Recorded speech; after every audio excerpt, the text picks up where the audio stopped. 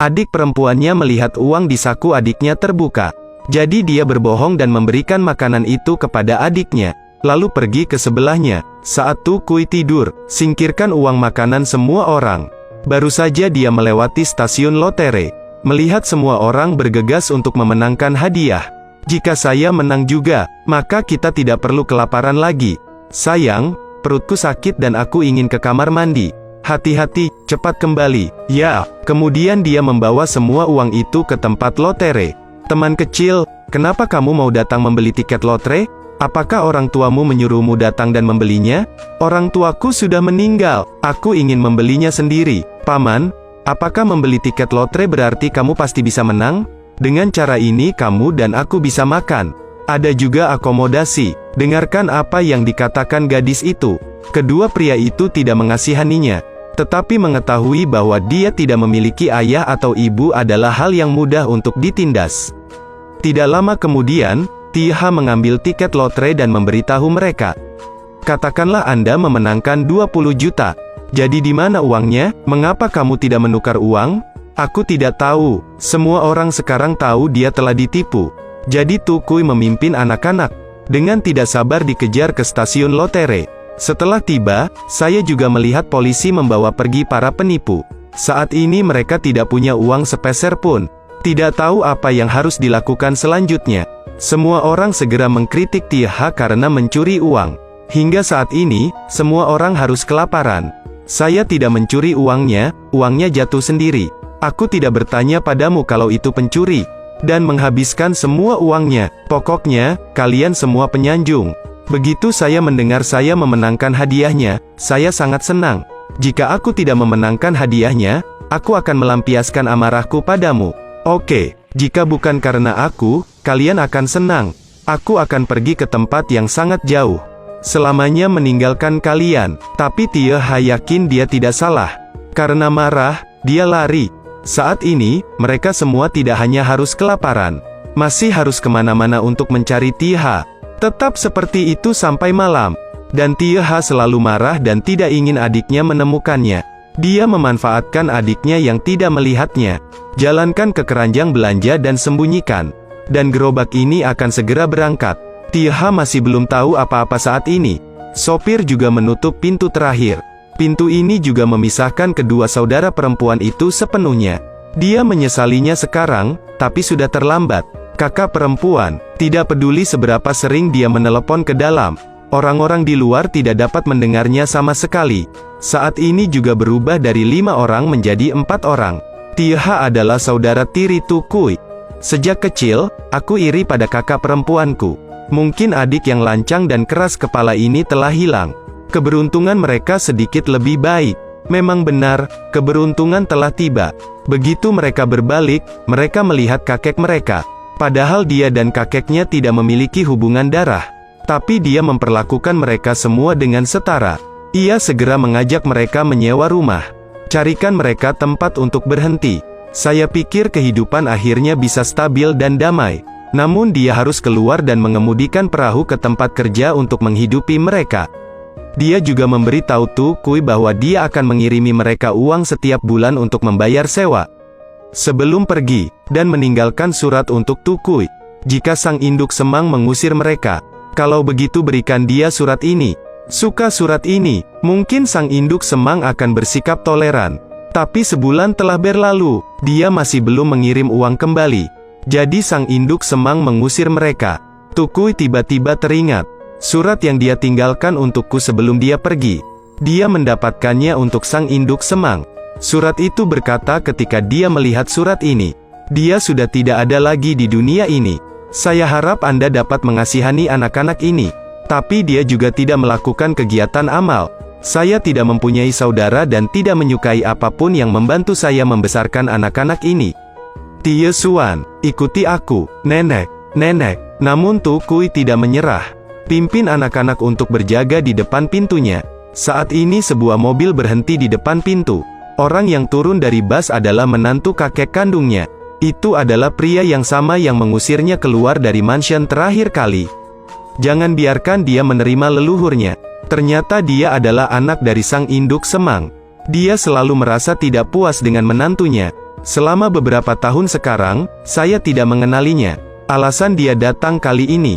Saya tahu ibu saya memiliki banyak anak yang tinggal di rumahnya. Dia juga mengenal seorang anak di sana.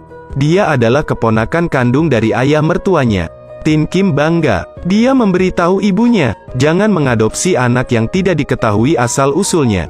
Sebelum berangkat, dia melemparkan sejumlah uang kepada ibunya. Kemudian dia mengusirnya lagi dan menyuruh putranya mengambil uang itu.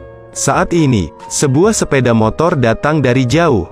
Adik laki-laki Tukui ditabrak mobil untuk menyelamatkannya. Maka sang induk semang juga mengadopsi Four Quarter. Bertahun-tahun kemudian, Tukui telah berkembang menjadi gadis yang anggun dan cantik. Bocah jalanan ini menyasar kantong orang lain. Kapan hendak mengambil tindakan, seorang pria kaya di dekatnya tiba-tiba terkena serangan jantung. Dia hanya bisa membawa lelaki tua ini ke rumah sakit terlebih dahulu. Tunggu sampai orang kaya itu bangun. Saya baru menyadari bahwa anak ini menyelamatkan saya. Mengetahui bahwa anak laki-laki tersebut adalah anak yatim piatu yang tidak memiliki ayah dan ibu.